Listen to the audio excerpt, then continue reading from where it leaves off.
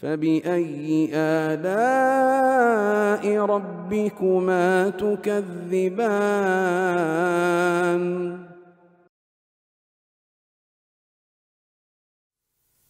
Bismillahirrahmanirrahim. Alhamdulillahi rabbil alamin. Wassalatu wassalamu ala al-mab'uthi rahmatan lil alamin. Nabiyina Muhammad wa ala alihi wa sahbihi wa man tabi'ahum bi ihsanin ila yaumiddin, amma ba'd. Ini pertemuan yang ke-11 dari pembahasan Kitabul Buyu' dari Kitabul Buyu' dari kitab Bulughul Maram min Adillatil Ahkam karya Al-Hafidh Ahmad bin Ali Ibnu Hajar Al-Asqalani rahimahullahu ta'ala. Kita masih di pembahasan hadits Aisyah radhiyallahu anha tentang kisah Barirah. Iya. Telah saya terangkan bahwa di dalam hadits ini banyak sekali dari kandungan faedah dan pelajaran disebutkan oleh para ulama rahimahumullahu ta'ala.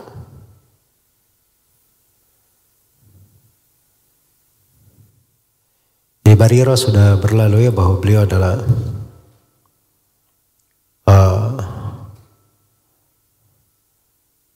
seorang budak yang dimerdekakan oleh Aisyah radhiyallahu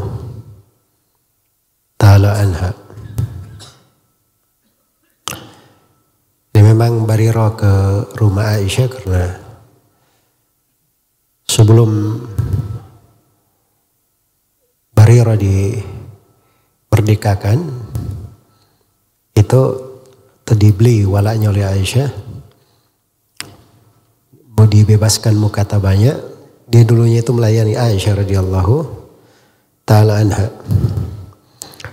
Nah, begitu dimerdekakan atau dibayar walaknya oleh Aisyah radhiyallahu anha, maka beliau pun merdeka.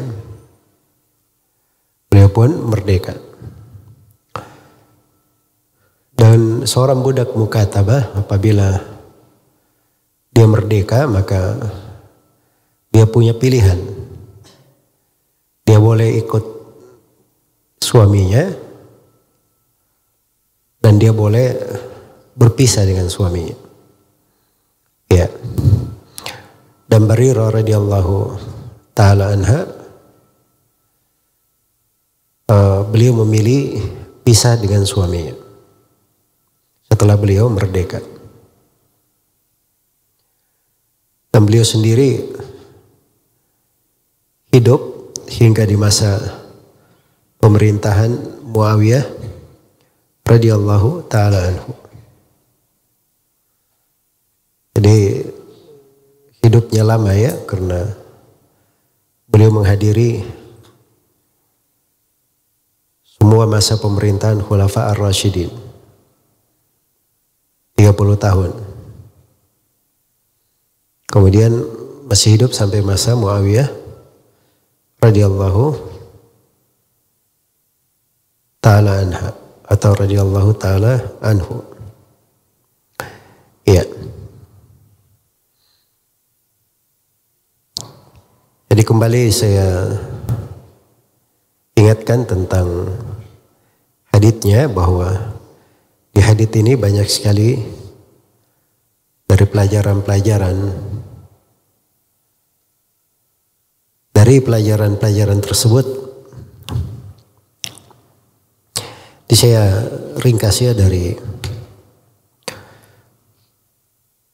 salah satu tempat yang Al-Hafidh Ibnu Hajar menjelaskan kandungan dari hadits ini, itu di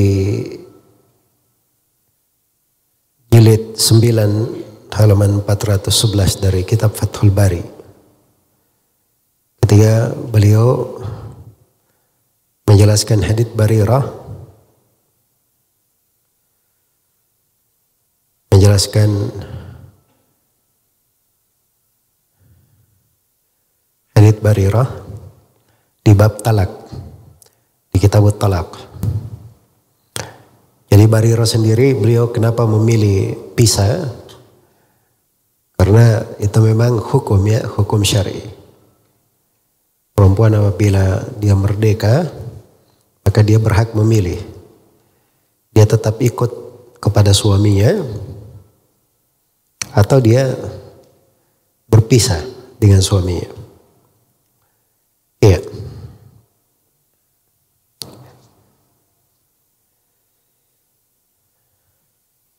Jadi sebenarnya unik juga ya kisah Barirah ini radhiyallahu taala anha. Karena suaminya itu budak juga suaminya. Namanya Mughith. Nama suaminya itu Mughith. Maula Abi Ahmad bin Jahash. Jadi Mughith ini radhiyallahu taala anhu, setelah Barirah merdeka dan Barirah milih berpisah dengannya, maka Mughith ini dikatakan oleh Ibnu Abbas, seakan-akan saya melihat dia selalu berada di belakang Barirah menangis sampai air matanya itu membasahi jenggotnya. Maka Nabi SAW berkata kepada Barirah, beliau bilang kepada pamannya dulu, Al-Abbas, ya, kata beliau, ala ta'jab min hubbi Mughithin Barirata wa min bugdi Barirata Mughithan. Tidakkah kamu takjub melihat bagaimana cintanya Mughith kepada Barirah, dan sebaliknya bagaimana bencinya Barirah kepada Mughith. Maka akhirnya Nabi SAW berkata kepada Barirah, "Lau raja'atihi," dia kata, kamu rujuk kepada suamimu. Maka Barirah radhiyallahu taala anha berkata, "Ya Rasulullah, ta'muruni?" Kata Barirah, "Ya Rasulullah, engkau perintah saya?"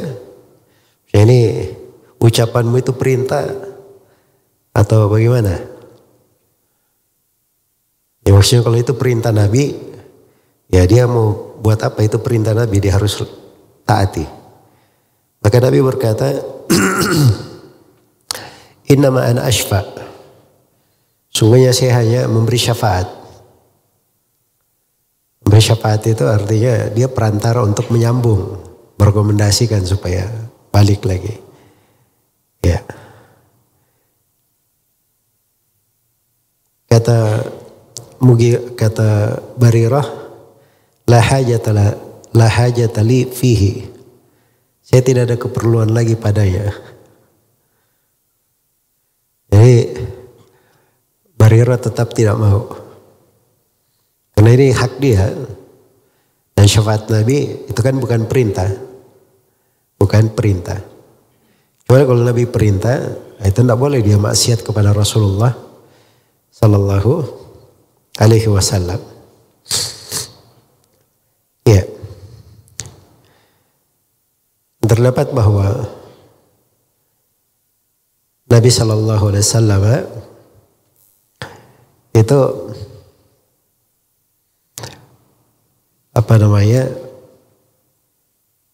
kadang masuk di dalam perkara-perkara yang seperti ini. Jadi sebenarnya antara dua orang ya, mantan suami dengan istrinya. Si mantan suaminya pengen tetap istrinya itu kembali. Si istri tidak mau. Maka Nabi SAW memberi syafaat. Iya. Padahal dua-duanya ini dulunya seorang budak. Nanti belakangan Barirah dimerdekakan. Itu juga terdapat dari bagaimana gambaran dan potret Rasulullah Sallallahu Alaihi Wasallam itu di tengah umatnya. Beliau kepala negara ya, tapi bersamaan dengan itu beliau dimintai bantuan untuk sampai budak minta bantuan supaya Barira istrinya rujuk, mantan istrinya rujuk lagi ke dia, tapi juga bantu, ya, beri bantuan. Dan juga terdapat dari kebaikan akhlak Rasulullah Sallallahu Alaihi Wasallam, ya, itu husnul khuluq, ya, husnul al-khuluq. Baik, terdapat di dalam hadits ini dari fikih jual beli bolehnya mukatabah sebagaimana yang telah berlalu. Ya. Walladzina yabtaguna al-kitaba mimma malakat aymanukum fakatibuhum in alimtum fihim khaira. Jadi diperintah untuk diberi mukatabah. Dan saya sudah terangkan terkait dengan hukumnya bahwa mukatabah itu kalau memang si budak yang minta mukatabah,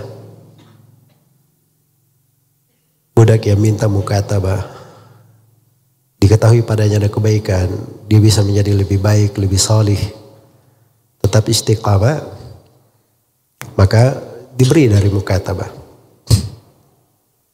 Diberi dari mukatabah.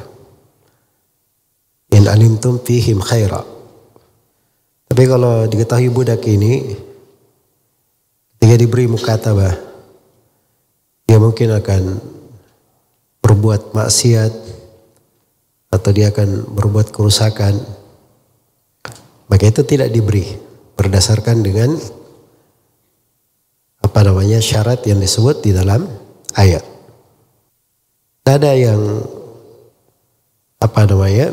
menyebutkan, dan ini disebut oleh Ibnu Hajar, bahwa Ibnu Abi Syaibah meriwayatkan dengan sanad yang sahih bahwa awal terjadinya mukatabah di dalam Islam itu adalah kisah Barirah. Kisah Barirah. Tapi sebagian ulama berkata bahwa itu tidak kuat. Karena ada mukatabah juga yang dilakukan oleh Salman Al-Farisi. Dan dimaklumi ya kisah Salman Al-Farisi radhiyallahu ta'ala anhu. Jadi Salman Al-Farisi ini, beliau tadinya itu agama Majusi. Ayahnya, keluarganya. Setelah itu beliau ingin mencari kebenaran. Maka beliau pun mendatangi seorang rahib, belajar darinya, tapi setelah itu dia tahu bahwa rahib ini cuma tahu ilmu, tapi rusak amalannya. Orang yang buruk. Akhirnya pindah ke rahib kedua, sampai akhirnya ketemu seorang rahib yang dia betul salih, orang baik. Tapi Allah menakdirkan Salman Al-Farisi tidak lama bersamanya, si pendeta ini meninggal. Tapi sebelum dia meninggal, dia berpesan bahwa di buku-buku yang mereka baca itu sudah ada tanda kedatangan seorang Rasul, seorang Nabi. Dan dari tanda itu sudah nampak bahwa dia sudah ada sekarang. Dan dia nanti akan datang berhijrah ke tempat yang banyak pohon kurmanya. Tempat yang banyak pohon kurmanya. Waktu itu Salman radhiyallahu ta'ala anhu tidak tahu itu kota Madinah. Namun Allah takdirkan. Beliau akhirnya berjalan ingin mencarinya. Di tengah jalan beliau ditipu di perjalanan. Akhirnya beliau ditawan oleh orang-orang itu, kemudian dijual sebagai seorang budak. Orang merdeka tapi dijual sebagai apa? Seorang budak. Akhirnya beliau pun akhirnya dijual kepada seseorang yang orang ini orang Yahudi tinggal di Medina. Begitu dia lihat kota Medina banyak pohon kurma sesuai dengan sifat yang disebut oleh gurunya, akhirnya dia sangat bergembira dengan hal tersebut. Maka Salman pun menjadi seorang budak, dia menunggu. Begitu Rasulullah SAW datang berhijrah, maka itu luar biasa gembiranya Salman itu. Ya, dia lagi di atas pohon kurma tuannya, dia dengar tuannya lagi bicara sama temannya bahwa Nabi Muhammad sudah datang. Ya, langsung lompat Salman turun. Apa tadi kamu bilang? Gak sadar dia bahwa ini tuannya ini. Langsung kena tinju di mukanya, suruh balik kerja. Akhirnya Salman pun kumpul dari makanan. Kemudian dia datang. Sebab dia sudah diberitahu bahwa Nabi ini ada tanda kenabian di belakang pundaknya. Dan ciri Nabi ini dia tidak makan dari sedekah. Tapi dia makan dari hadiah. Dan ini ada hubungannya dengan Barirah ya, kisah Barirah. Ya. Maka Salman pun datang melihat Rasulullah SAW. Di awal kali pertemuan, beliau pun meletakkan makanan dan beliau berkata ini sedekah. Karena Nabi perintah para sahabatnya makan dan beliau sendiri tidak makan. Kata Salman Al-Farisi, ini tanda pertama. Setelah itu dia kumpul lagi makanan. Kumpul lagi makanan. Lalu datang lagi. Dijumpai Rasulullah, terus beliau berkata ini hadiah. Ini hadiah. Maka Nabi dan para sahabat makan bersama. Setelah itu Salman muter ke belakang Nabi. Nabi tahu bahwa dia ingin melihat tanda kenabian. Nabi pun menyingkap sedikit dari bahunya. Nah, setelah itu Salman pun melompat, kemudian mencium Rasulullah, lalu dia bersyahadat masuk Islam. Radhiyallahu ta'ala anhu. Dan ini orang Persia dulu ya, makanya namanya disebut Salman Al-Farisi. Ya, orang Persia. Salman pun minta kepada tuannya mukatabah supaya dia memerdekakan dirinya. Salman mahal ya, dia merdekakan diri karena dia harus membayar dengan berapa ratus pohon kurma. Dibantu oleh Nabi dan para sahabat sampai akhirnya Salman Al-Farisi merdeka. Ya. Itu fikih tersendiri di bab jual beli ya, di bab muamalah. Salman ini jadi budak atas kezaliman sebenarnya. Sebenarnya dia orang merdeka, diperbudak. Tapi Nabi tidak melihat itu. Di tangan Yahudi dia budak secara syah. Nah, Yahudi membeli dari orang. Orang yang menjualnya itu yang salah. Tapi bersama dengan itu Nabi SAW tidak berkata kepada Yahudi kamu ini zalim kepada orang. Dia begini dan begini. Tidak. Tapi dia cuma melihat hukum zahirnya. Maka dibantu, diselesaikan masalah Salman Al-Farisi. Jadi itu kisah Salman ya. Awal kali Nabi berhijrah dan beliau juga mukatabah. Jadi kalau dikatakan awal mukatabah dalam Islam adalah Barirah, itu kan masalah dengan kisah Salman Al-Farisi. Tapi kata Ibnu Hajar rahimahullah mungkin bisa dikompromikan bahwa awal mukatabah di kalangan laki-laki Salman Al-Farisi dan awal mukatabah dalam Islam dari kalangan perempuan adalah Barirah. Mungkin itu yang dimaksudkan. Iya. Jadi ketika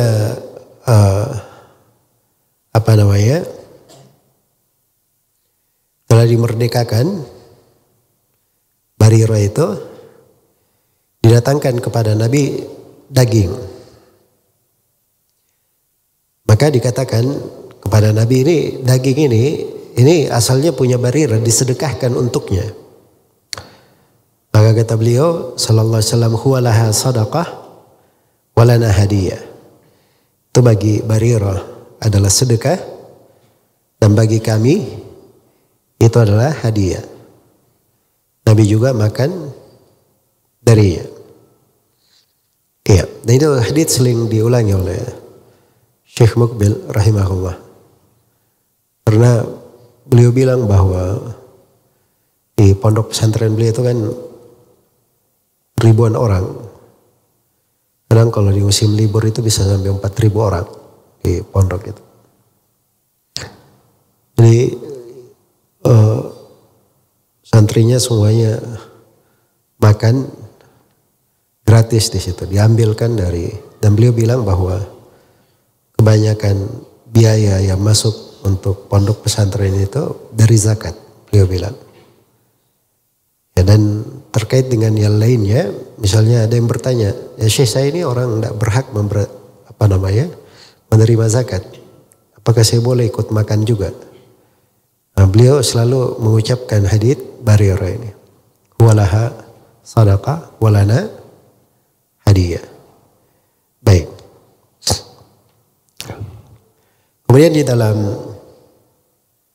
hadits ini terdapat bolehnya adanya pembayaran beransur. Pembayaran beransur. Pembayaran itu tidak mesti secara cash. Dia boleh secara beransur. Karena Barirah ini dia ngambil mukatabah. Iya. Kalau di hadits ini dikatakan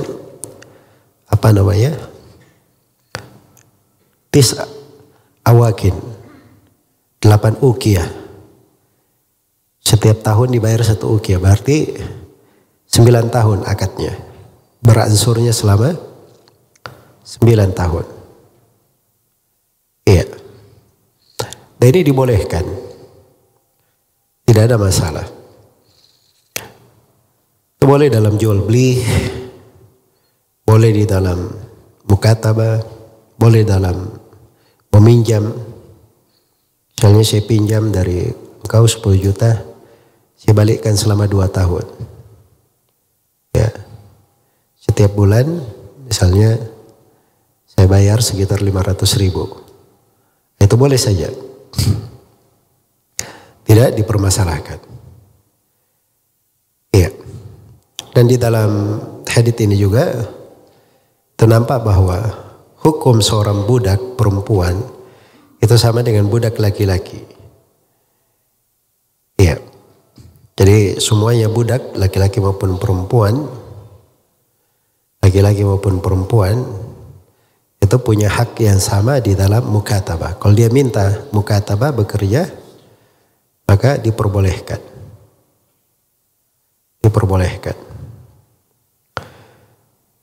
Karena budak itu di seluruh hukumnya dia sama dengan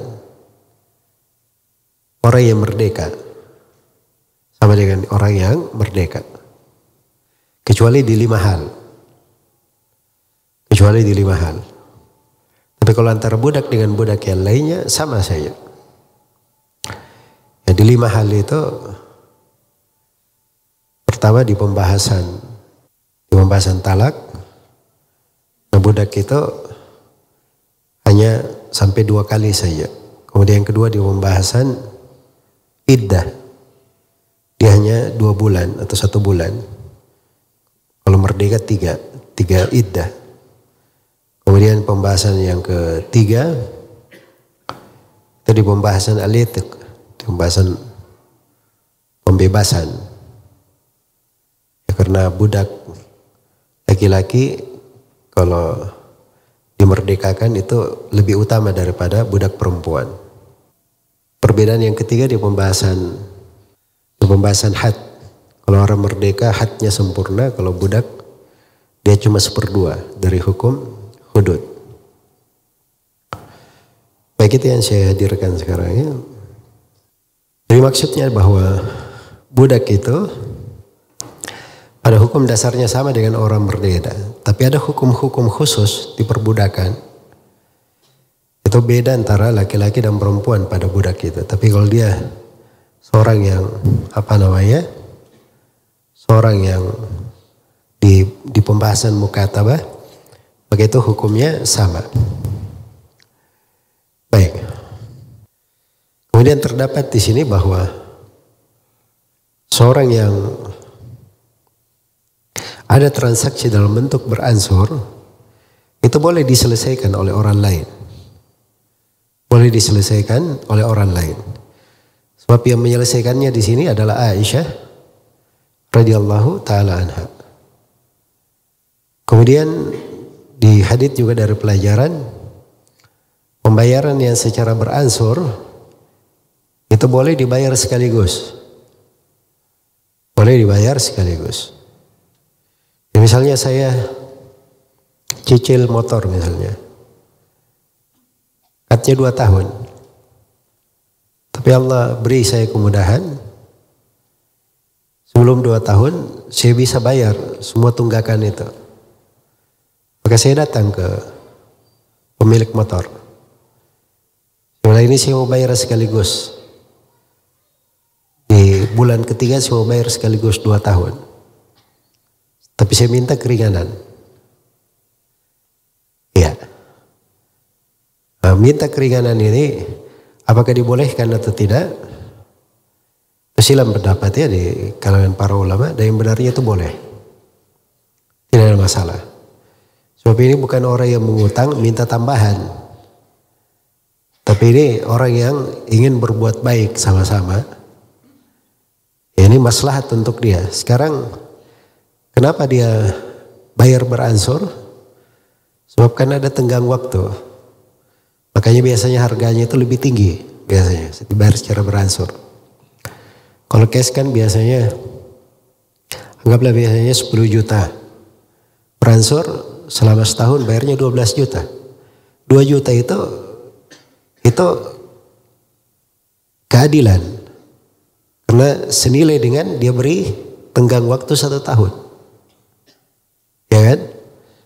Nah begitu dia ingin bayar di depan, baru 3 bulan dia mau selesaikan. Artinya waktunya ini harusnya berkurang, itu kan keuntungannya. Jadi kalau dia minta dikurangi dari biayanya, ini saya mau bayar sekaligus saja. Kita hitung 11 juta aja semuanya. Nah, boleh saja, tidak ada masalah. Sebab itu masih di tahap keadilan. Dan prinsip di ekonomi syar'i, di pembahasan jual beli, itu tidak boleh ada kezaliman. Tidak boleh ada kezaliman. Dan seorang itu dianjurkan untuk musamahah. Ada samahah di dalam transaksinya. Baik, terdapat ketika Nabi menerangkan kekeliruan dari Tuan Bariro yang tetap mensyaratkan wala bagi mereka, Rasulullah berdiri berkhutbah. Kemudian menegur perbuatan itu. Amma ba'du ma balu rijalin yashtarituna syurutan laysat fi kitabillah, dan seterusnya. Ini terdapat pengingkaran ya kalau ada hal-hal yang keliru. Ya walaupun itu terjadi pada hal tertentu, ini satu kondisi ya. Tapi sifat pelanggarannya itu dia bikin persyaratan hal yang tidak ada di dalam kitab Allah. Iya. Dan di atas makna itu makna yang bisa mencakup banyak orang. Dan Nabi SAW mengingatkan bahwa itu adalah hal yang tidak diperbolehkan. Perkara yang tidak diperbolehkan. Iya. Dan terdapat bahwa di pembicaraan itu dimulai dengan alhamdulillah dan tsana kepada Allah. Subhanahu wa ta'ala. Baik. Juga di dalam hadits ini terdapat bolehnya seorang itu bersumpah walaupun tidak diminta untuk bersumpah. Boleh dia bersumpah walaupun tidak diminta untuk bersumpah. Karena datang dalam sebagian riwayat Nabi SAW bersumpah akan hal tersebut. Iya. Padahal tidak diminta untuk bersumpah, tapi untuk menegaskan perkara yang ingin disampaikan. Dan terdapat di dalam hadits ini juga tentang bolehnya seseorang itu minta bantuan dari perempuan yang sudah bersuami. Karena Barirah minta bantuan kepada Aisyah. Aisyah adalah istri Nabi SAW. Dan sudah kita terangkan juga bahwa seorang istri dia boleh bertindak pada hartanya sendiri walaupun tanpa izin suaminya. Walaupun tanpa izin suaminya. Ya. Dan terdapat bolehnya seorang itu berijtihad di masa Nabi SAW. Sampai Aisyah sendiri dia berijtihad menerima Barirah dengan syarat al-wala milik dia. Ya, dan Nabi setelah itu menegaskan innamal wala'u liman a'taq, bahwa wala itu bagi siapa yang memerdekakan. Terdapat di dalam hadits bahwa dua orang boleh dia berbicara walaupun ada yang ketiga hadir. Boleh berbisik-bisik dua orang, maksudnya bicara pribadi kalau ada yang, walaupun ada yang ketiga hadir. Sebab di sini Aisyah berbicara dengan Barirah dan Nabi hadir di situ. Nabi SAW hadir. Iya. Dan terdapat di dalam hadits ini bahwa wala itu tidak bisa diperjualbelikan dan tidak bisa dihibahkan. Ya, kalau dia memerdekakan budak, membeli budak itu otomatis walanya itu ikut ke dia. Ya, misalnya seperti Aisyah ya, beliau membeli Barirah, maka wala Barirah itu milik Aisyah. Kalau misalnya walanya dijual kepada orang lain atau Aisyah berkata, sudah ini wala kamu, yang hak saya berikan kepada saudaraku Asma misalnya, itu tidak boleh, tidak syah. Jadi tidak bisa dijual lagi, tidak bisa dihibahkan. Karena wala itu bagi siapa yang memerdekakan, itu hukum khusus untuk orang yang memerdekakan. Nah, ini hukum khusus terkait dengan perbudakan. Apabila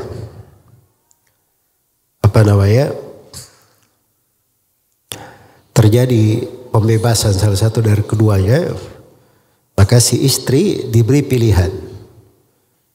Dia bisa tetap sebagai istrinya dan bisa pisah. Dan ini dijadikan dalil oleh para ulama bahwa di dalam kemerdekaan dan perbudakan di pernikahan itu disyaratkan kafa'ah. Disyaratkan kafa'ah.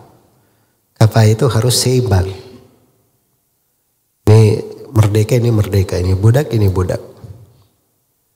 Iya. Kalau misalnya merdeka menikahi budak atau budak menikahi merdeka, itu tidak diperbolehkan. Tidak diperbolehkan. Itu yang dipegang ya oleh sejumlah ulama berdasarkan hadits ini. Iya.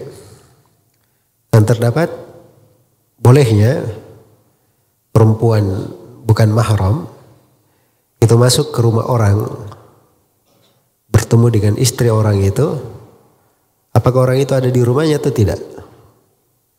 Karena Barirah ini bukan mahram Nabi sallallahu alaihi wasallam. Dia masuk ke rumah Nabi berjumpa dengan Aisyah radhiyallahu taala anha, dan Nabi ada di rumah. Bahkan Nabi sallallahu alaihi wasallam mendengar pembicaraan, karena itu Nabi mempertanyakan, ya, mempertanyakan tentang hal tersebut. Terdapat bahwa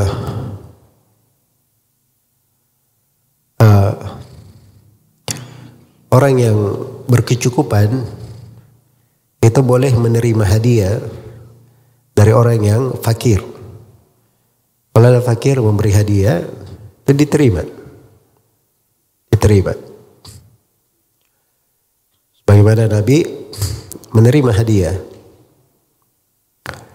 Bahkan kadang hadiah itu tidak layak untuk ditolak, ya, karena membuat patah hati orang. Ya, patah hati orang. Baik. Jadi hal-hal yang diberi sebagai hadiah nggak ada masalah untuk diterima apabila itu memasukkan kegembiraan kepada hati orang yang menerima. Ya, saya waktu itu ingat, ya, di hari Jumat biasanya kalau orang ke masjid di Yaman itu dia bawa bunga-bunga yang agak harum. Bunga-bunga yang agak harum itu diambilnya di pinggir jalan aja. Pinggir jalan, tapi dibawa ke masjid, cium-cium gitu harum. Ada yang ngambil itu pinggir jalan, kemudian dikasih hadiah ke Syekh Mukbil. Ya, Syekh Mukbil Allah yarhamu, beliau orangnya merendah hati, dia terima dari hal-hal yang seperti itu. Ya, ya, maksudnya menerima hadiah itu hal yang dianjurkan, kecuali kalau di dalam menerima hadiah ada mafsadat atau ada larangan di dalam syariat, maka itu baru dilarang. Seperti misalnya hadiah untuk pegawai yang sudah digaji, itu kan tidak boleh, itu masuk ke dalam pembahasan riba, ya, melanggar amanah. Dan semisal dengan itu. Baik. Kemudian terdapat di dalam hadits ini penegasan bahwa ada beda antara sedekah dengan hadiah. Itu dua hukum yang berbeda terkait dengan sedekah dan hadiah. Karena itu di pembahasan fikih dibedakan antara sedekah. Sedekah itu ada yang bersifat wajib, ada yang bersifat sunnah. Dibedakan dengan pembahasan hadiah, pembahasan hibah, pembahasan wakaf, pembahasan wasiat, pembahasan warisan. Itu semuanya ada perbedaan-perbedaan. Jadi ada kaitannya, saling berkaitan, tapi dibedakan. Karena bab-babnya memang dibedakan oleh para ulama. Dan terdapat di dalam hadits ini bolehnya seseorang itu dia bertindak pada sesuatu di atas dasar keumuman kebanyakan. Jadi Nabi itu kan ketika ada daging beliau lihat di tungku maka beliau minta. Itu hal yang kebiasaan, kalau di rumah nggak ada masalah. Ya tidak mesti dia tanya ini dari mana, apa, dan seterusnya. Beliau tidak tanya tentang itu. Dan terdapat di dalam hadits ini juga, kalau ada sesuatu yang dikhawatirkan, maka itu dibicarakan. Ya, ketika Nabi minta daging itu, Aisyah kan langsung bilang, ya Rasulullah itu daging disedekahkan untuk Barirah. Itu takrif dari Aisyah, menjelaskan. Jangan sampai ada masalah. Maka ternyata itu tidak dipermasalahkan. Karena sedekah itu terhadap Barirah. Dan Nabi makanya atas dasar Barirah memberi hadiah kepada Nabi SAW.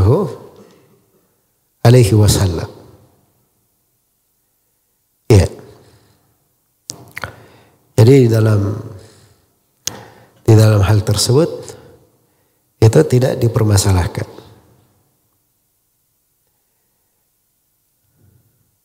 Dan terdapat di dalam hadits ini juga anjuran seseorang itu bertanya terhadap perkara-perkara yang mungkin di situ ada syubhat, ya, atau dia bertanya hal-hal yang mungkin bisa dipetik darinya ilmu adab atau penjelasan hukum. Itu penjelasan hukum. Baik.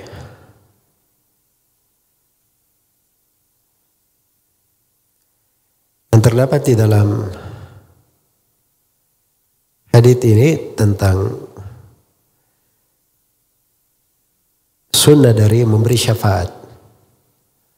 Karena Bariro setelah pisah dengan suaminya, Bariro memilih pisah, maka Nabi memberi syafaat supaya suaminya, Bariro kembali kepada suaminya. Tapi karena Bariro tidak mau, akhirnya tetap berpisah. Memberi syafaat itu bagus ya, karena dianjurkan. Itu Nabi SAW bersabda, "Ishfa'u faltu'jaru." Berilah syafaat, beri bantuan, rekomendasi, ya, maka kalian akan dapat pahala. Kalian akan dapat pahala. Baik. Itu bentuk dari memberi syafaat. Dan terdapat bahwa seseorang yang diarahkan akan sesuatu boleh berbeda dengan orang yang mengarahkannya. Sebab Barirah, Nabi beri syafaat supaya dia kembali ke suaminya. Sedang Barirah sendiri, dia memilih tetap pisah. Tetap pisah. Ya. Dan memang dibedakan ya antara hal-hal. Nah itu sebagian dari ilmu itu banyak terkait dengan al-furuq. Banyak terkait dengan al-furuq. Perbedaan-perbedaan. Jadi ada ilmu itu kita perlu tahu apa tarifnya, definisinya apa. Terus di ilmu itu kadang kita perlu tahu tentang dhawabitnya dan kaidah-kaidahnya. Ini dhawabit, dia dianggap jual beli apa? Dia dianggap wakalah apa? Dia dianggap sebagai hibah apa? Sebagai hadiah apa? Itu ada ketentuannya. Terus yang ketiga, taqasim. Tentang pembagian-pembagian. Misalnya wakalah terbagi dua. Ada wakalah bi ujrah, ada wakalah bila ujrah. Al-khiyar terbagi 8. Ada khiyar majlis, ada khiyar aib, ada khiyar ghaban, ada khiyar mursal, dan seterusnya. Syirka ada terbagi 5. Itu namanya at-taqasim, pembagian-pembagian. Dan ada namanya al-furuq. Al-furuq itu perbedaan-perbedaan. Ya. Jadi ada hal-hal yang mesti dibedakan. Ini hukumnya beda dengan ini, atau beda dengan ini. Ya kalau dia sifatnya fatwa, fatwa itu tidak mengikat. Seorang misalnya datang ke saya bertanya tentang sesuatu. Saya kasih fatwa. Jawaban. Iya, dia tidak mesti ambil dari saya. Kalau dia tanya kepada orang lain misalnya dalilnya lebih kuat, dia ambil dari yang lain. Tapi kalau al-qadha di peradilan, tidak bisa seperti itu. Kalau peradilan hakim sudah jatuhkan hukum, kamu bersalah. Atau ini kalau seperti ini sudah talak. Tidak boleh ada yang berpendapat, oh madhab saya itu tidak dihitung talak. Kalau di madhab saya, tidak ada hubungannya madhab di situ. Ini hukum qadhi, diterima dia. Ada hal yang memang ada sumbernya, ada dalilnya, walaupun itu pendapat lemah. Iya. Jadi maksudnya bahwa dari bagian dari ilmu itu seorang pandai membedakan, bisa dia menjelaskan al-furuq. Ya. Dan ini kita baca dari banyak fawaid ya yang disebut oleh Ibnu Hajar di sini. Ini juga untuk mempertajam bagaimana seseorang itu memahami dari riwayat-riwayat. Jadi hadits tentang Barirah ini bukan di satu tempat saja, di Sahih Al-Bukhari. Lebih dari 20 tempat, tepatnya 24 tempat disebutkan oleh Al-Bukhari. Makanya satu hadits itu seperti yang dikatakan oleh Ibnul Madini Al-Bab, kata beliau al-hadits, idza ma jama'na turaqahu min 30 wajhan ma akilnahu. Sebuah hadits itu kalau jalur periwayatannya tidak dikumpul dari 30 jalur, beliau saya tidak bisa memahaminya. Ya, kumpul dulu semua jalur riwayatnya, berbagai riwayatnya, setelah itu nampak riwayat-riwayat itu. Sebagian riwayat memperjelas riwayat yang lainnya. Ya, ada yang mujmal ditafsir dalam riwayat tersebut, ada yang mubham ditaudih apa yang mubham tersebut. Itu banyak sekali dari manfaat mengumpulkan riwayat-riwayat. Iya.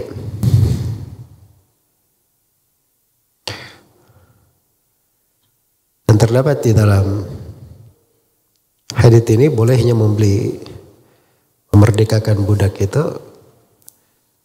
dan tidak terkait dengan anak-anaknya. Karena Barirah ini sudah menikah ya, dia disebutkan punya anak-anak.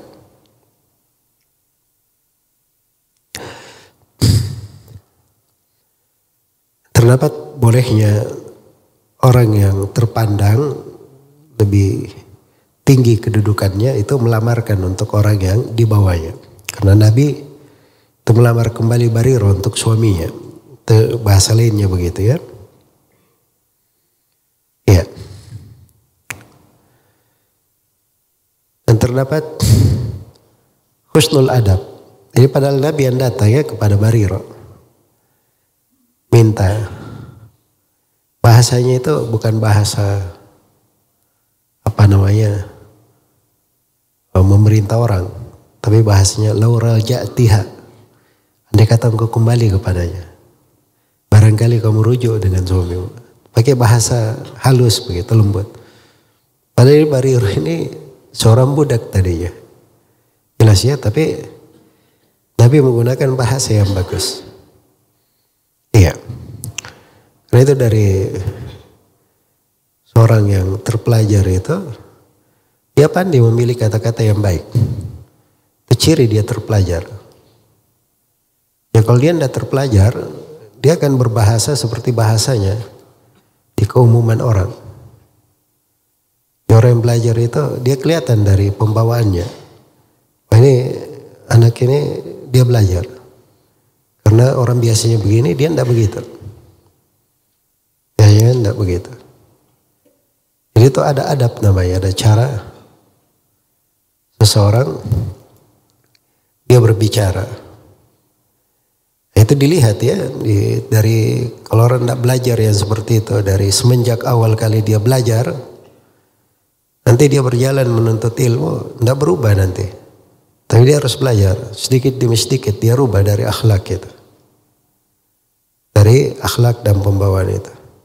Umumnya santri-santri itu kalau baru datang, itu sifat yang paling menjengkelkan, namanya sifat cuek. Nggak mau sibuk dengan orang, nggak mau peduli dengan orang. Sampai sholat saja begitu. Sholat itu begitu aja. Urusannya dia nggak mau lihat di kanan kiri, yang penting dia sholat aja. Itu harus dirubah. Penuntut ilmu itu enggak seperti itu dia modelnya. Penuntut ilmu itu dia peka, jeli. Dia bisa membantu orang, dia bantu. Ada yang bisa diperbaiki, dia perbaiki. Ada hal yang peluang berbuat baik, dia berbuat baik. Itu penuntut ilmu namanya. Dia bisa berbuat seperti itu, bertindak seperti itu. So, kalau dia tidak melatih dirinya dari awal belajar seperti itu, dia akan berjalan terus. Sulit dilihat perubahan pada dirinya. Itu seorang penuntut ilmu. Demikian pula orang-orang yang tinggal di sekitar penuntut ilmu. Ya.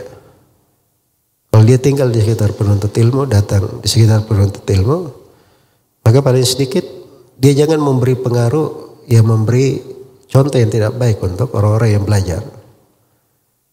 Paling sedikit dia berakhlak dengan akhlak seorang penuntut ilmu juga. Agar supaya kalaupun tidak belajar dengan serius, tapi dia tetap dapat bagian dari kebaikan. Karena punya akhlaknya orang-orang yang belajar begitu. Orang-orang yang menuntut ilmu. Iya. Baik. Yang pernah Syekh siapa? Muhammad Bamusa cerita. Kata beliau pernah Syekh Yaman itu berkunjung ke Syekh Shalih Al-Fauzan di Mekah. Dan ada Syekh Abdul Al-Burai, Syekh Uthman As-Salimi, beberapa ulama Yaman, dan ada juga Syekh Wasiullah Abbas dari Mekah. Berkunjung ke Syekh Shalih Al-Fauzan. Ketika masuk dalam gitu, ya setelah salam, tiba-tiba semuanya terdiam. Gak ada yang bicara. Dan yang paling muda di situ Syekh Muhammad Bamusa yang paling muda. Akhirnya beliau minta izin supaya bicara. Ya. Setelah bicara begitu, ya Syekhnya jadi senang karena cara bicaranya Syekh Bamusa bagus gitu.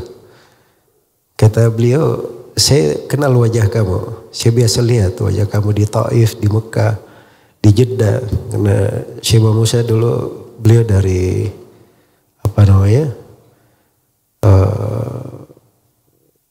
SMA kalau nggak salah, dia sudah di Mekah. Tinggalnya di Mekah, belajar gitu. Setelah terkenal Syekh Mukbil banyak ini, beliau kembali ke Hudaidah, ada hubungan dengan Syekh Muhammad bin Abdul Wahab dan berguru juga ke Syekh Mukbil. Ya, beliau bilang, saya kenal wajah kamu, saya biasa lihat. Ya. Dan di sini kamu yang paling muda, tapi kamu yang bicara. Tapi wajarlah dari pembicaraanmu kayak bahasa orang-orang tua katanya, kata Syekh. Ya itu bahasa orang itu berpengaruh cara bahasanya. Itu cara pendidikan namanya, orang terpelajar. Dan kalau berbahasa dengan bahasa penuntut ilmu, orang-orang juga akan segan. Dia lihat, dia kasih penghormatan. Supaya itu bahasa orang yang belajar. Bahasa orang yang belajar. Tapi kalau kita tidak mendidik diri dari awal dengan hal yang seperti itu, berlalu umur untuk berlalu belajar, sedikit perubahan, itu enggak bagus ya. Masalahnya antum sendiri yang dapat nanti. Iya. Tapi berusaha untuk lihat etika-etika, adab-adab. Ya kita semua dalam hal ini sama. Banyak kekurangan. Tapi namanya mustaktir wal mustakil. Ada yang mengambil banyak, ada yang mengambil sedikit. Tapi sepanjang ada niat yang baik, insyaallah ta'ala bisa menjadi baik. Ya wallahu ta'ala alam. Ini masih banyak ya disebutkan oleh Ibnu Hajar di sini. Dan sebagian hal ini terlalu detail ya, pembahasan masuk ke dalam perkara yang lebih teliti sebenarnya, pembahasan ilmu. Ya wallahu ta'ala alam.